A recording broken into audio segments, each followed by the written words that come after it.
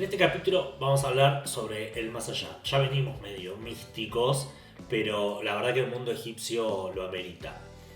¿Cada cuánto pensás que hay después de la muerte? ¿Una vez al día? ¿A la semana? ¿Al mes?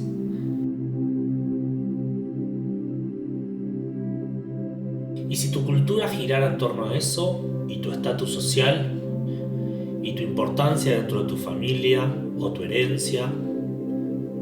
En el capítulo anterior hablábamos sobre pueblos primitivos y el inicio del arte, pero la realidad es que lo que hoy conocemos como canon en el arte, ese esfuerzo continuado a través de la historia occidental, no se relaciona tanto con ellos.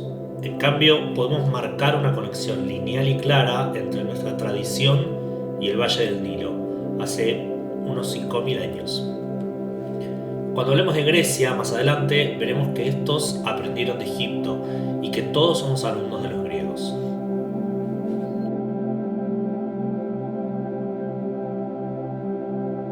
Hay un montón de videos en YouTube sobre faraones, Egipto, cómo funcionaba su sistema político, económico, etc.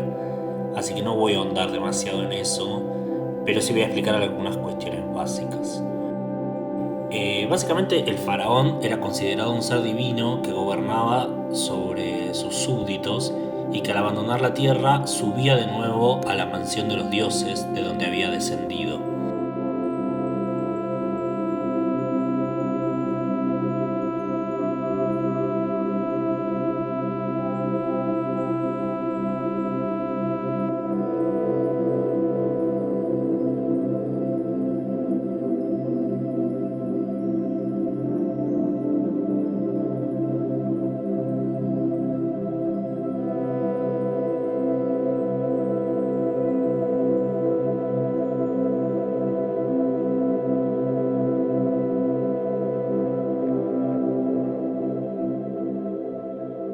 Las estatuas y obras ayudaron a mantener la figura del faraón de manera intocable por la eternidad.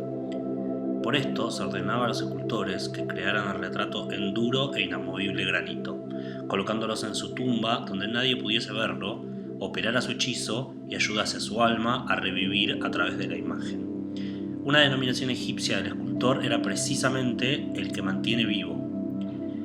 Los retratos y modelos encontrados en las tumbas egipcias se relacionan con la idea de proporcionar compañeros a las almas en el otro mundo, una creencia que, de hecho, se encuentra en los inicios de muchas culturas. Así que si alguna vez te lo preguntaste, sí, básicamente todos los museos son grandes saqueadores de tumbas. La verdad que en esta parte tenía puesto un video buenísimo que me lo bajó Netflix, fucking Netflix, así que les dejo el link acá abajo, es de un chabón que hace stand-up inglés y hacía como un par de chistes sobre la cantidad de elementos y cosas que se robó el Museo Británico de diferentes partes del mundo, los piratas ingleses siempre metiendo mano. Esto es bastante importante porque la gran mayoría de las cosas que vamos a ver en este y en varios de los próximos capítulos son elementos religiosos de diferentes culturas que al día de hoy se exponen como si fueran trofeos de guerra o de saqueos en el Museo Británico principalmente, pero también hay muchas cosas en París y en diferentes partes de Europa. Tenemos que tener en cuenta que los diferentes reinados o dinastías egipcios se fueron sucediendo durante más de 3000 años y su arte cambió muy poco en ese tiempo. 3000 años, una sola línea artística, imposible de imaginar. La cuarta dinastía, por ejemplo, tiene piezas como esta, bella, simple, solemne. Al escultor no le interesaba halagar a su modelo o conservar momentos felices de su vida. Está limitado a aspectos esenciales. Esto es una constante en el arte egipcio, regularidad geométrica y aguda observación de la naturaleza. Veamos algunas pinturas que adornaban las pirámides y sepulturas. Es falso decir que adornaban, la verdad. No las iba a poder ver nadie más que el muerto, y justamente para eso eran, considerando que su función era mantener vivo. Esta imagen, por ejemplo, de un estanque, nos muestra la lógica de la pintura egipcia. Se parecía más a un mapa que a una pintura. buscaban el ángulo más reconocible y ese dibujaban. Así, por ejemplo, pintaban al estanque visto desde arriba, pero los árboles vistos de frente. Los peces y pájaros del estanque lo mismo, dibujados de perfil para que fueran reconocibles. Los dibujos de los nenes aplican un criterio bastante parecido. Dibujan lo que conocen sin importar la perspectiva. Entonces, si dibujaban según lo que veían y lo que creían más reconocibles, ¿cómo dibujaban a las personas?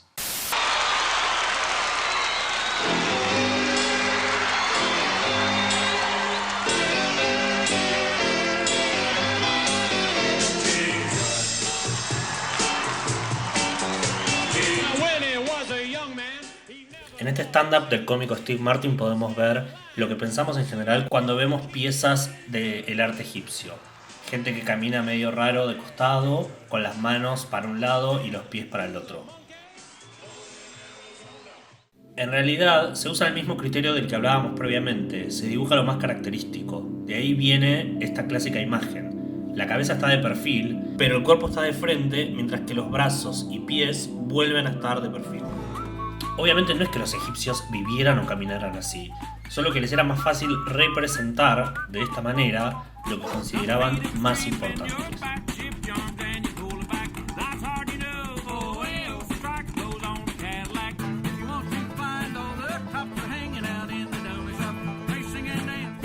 Este criterio básico, pero constante, se mantiene a lo largo de su historia, y existen muchas de estas reglas en su arte.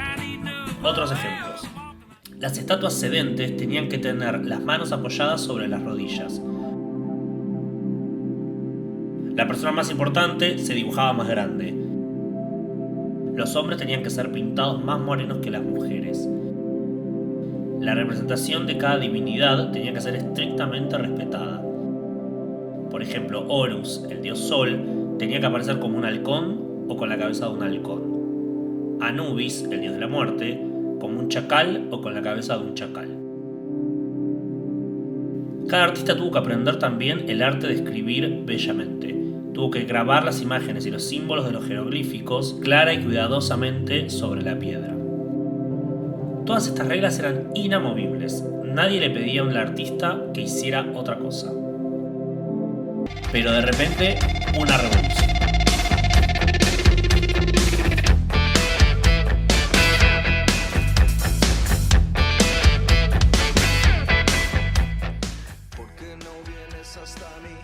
Amenofis IV fue un hereje. Faraón de la 18ª dinastía, rompió muchas de las costumbres que veíamos antes. No quiso rendir homenajes a los dioses extrañamente conformados de su pueblo, porque para él solo había un dios supremo, Atón, al que adoraba e hizo representar en forma de sol lanzando sus rayos, cada uno dotado de una mano. Se llamó a sí mismo Akenatón, según su dios. Las pinturas que encargó debieron escandalizar a sus compatriotas. En ellas no vemos la rigidez de las piezas anteriores, sino que encontramos obras mucho más orgánicas y naturales. En esta pieza, por ejemplo, se encuentra junto a su mujer, Nefertiti, jugando con sus hijos bajo la bendición del sol. Tomémonos un momento para ver esta pieza, porque la diferencia con el estilo anterior es abismal. Miremos los cuerpos, mucho más ondulados y relajados. La mujer está frente a frente con su marido, de igual a igual. Los hijos parecen pequeños renacuajos, vivaces y llenos de movimiento. Y en el centro, el dios Sol, Atón, bañando todo con su luz. Uno se podría preguntar, ¿por qué este fanatismo con el sol? Este es el sol.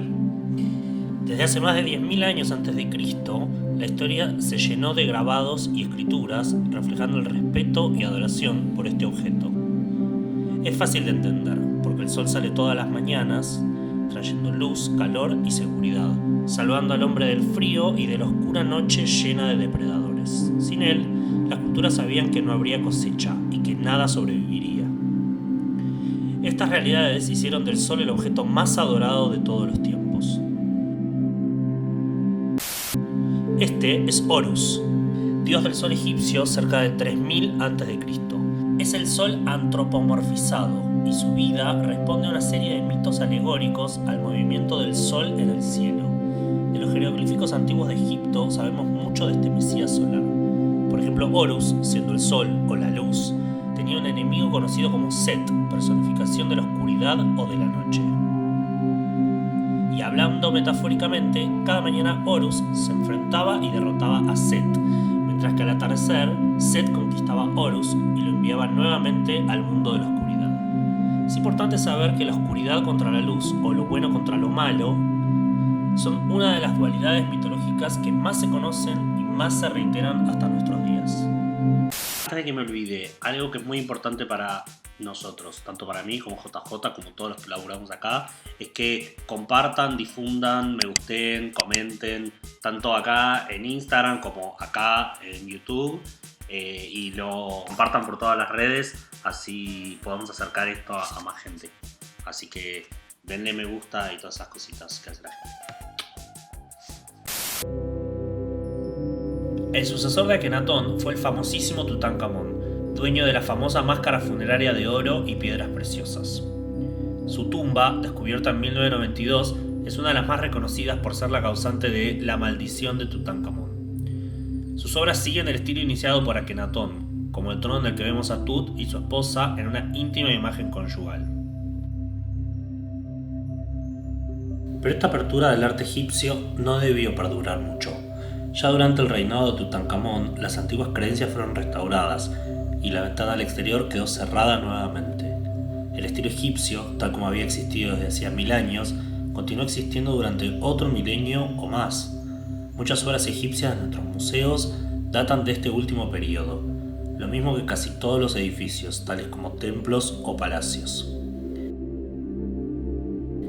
Es muy posible que esta reforma artística que ocurrió bajo el mando de Akenatón fuera importada en parte de otros países, gracias a obras mucho menos conservadas que los productos egipcios. En una isla del Egeo, Creta, existía un pueblo con una excelente mano artística, cuyos artistas estaban enamorados del movimiento. Tal nivel de libertad y flexibilidad manejaban en el segundo milenio a.C., que cuando el palacio de su rey, en Knossos, fue excavado hace unos 90 años, hubo quienes se resistían a creer que esta obra hubiese sido creada en esa era. Esta pieza del mismo estilo, una daga de Micenas representando una cacería de leones, muestra un sentido del movimiento y una suavidad de líneas muy impresionante. Es posible que el nivel de ruptura estilística con respecto a las rígidas figuras egipcias haya llevado a los artesanos de ese imperio a romper con su milenaria tradición.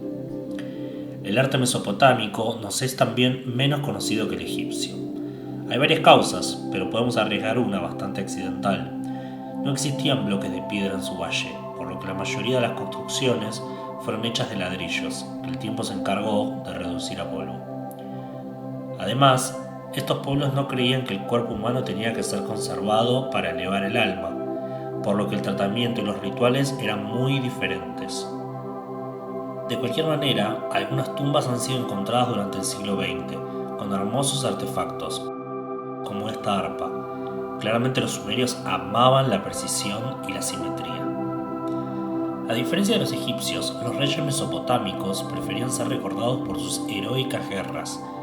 Creaban piezas como estas, las cuales hacen referencia a las tribus derrotadas y al botín capturado. En los primeros tiempos, al menos, la antigua creencia en el poder de la imagen pudo aún haber influido en quienes ordenaron su ejecución. Tal vez pensaron que mientras la imagen de su rey se conservara con el pie sobre la garganta de su derribado enemigo, la tribu vencida no podría levantarse. Si las observamos detenidamente, descubriremos un hecho curioso. Hay multitud de muertos y heridos en esas guerras terribles, pero ni uno solo es asirio. ¿Fake news milenaria? Puede ser. O tal vez sea esto otro que venimos hablando. Hay mucho más en una representación que lo que ésta representa. Tal vez, por alguna extraña razón, no quisieran representar a los asirios heridos. Bueno, hay un montón de libros y películas y cosas en Netflix que hablan sobre Egipto y el mundo de Tutankamón y Akenatón y todos sus dioses. Pero lo que me interesa que podamos charlar son las razones por las cuales estas personas interpretaban el mundo desde ese lugar. Que es principalmente la necesidad de explicar los eventos naturales que veían diariamente y las cosas que no podían explicar, por ejemplo, el más allá. Con respecto a eso, sí hay algo que les quiero recomendar, que es este librazo, por si no lo leyeron, Santa Evita, de Tomás Eloy Martínez, que habla un poco sobre este recorrido del más allá mientras tu cuerpo se queda constantemente en una K, bastante convulsionado, digamos. El libro es hermosísimo, si no les saco un par de lágrimas, no lo leyeron. Si lo leyeron, vuélvanlo a leer. Y creo que a fin de año, en teoría, se venía la serie con Nati Oreiro. What?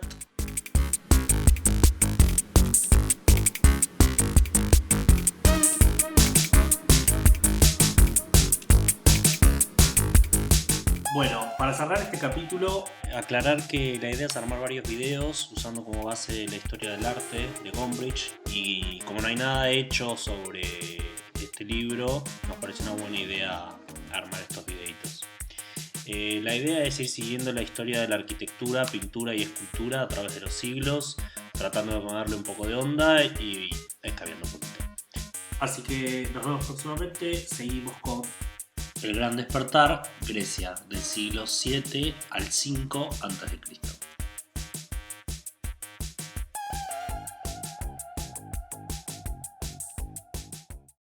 What?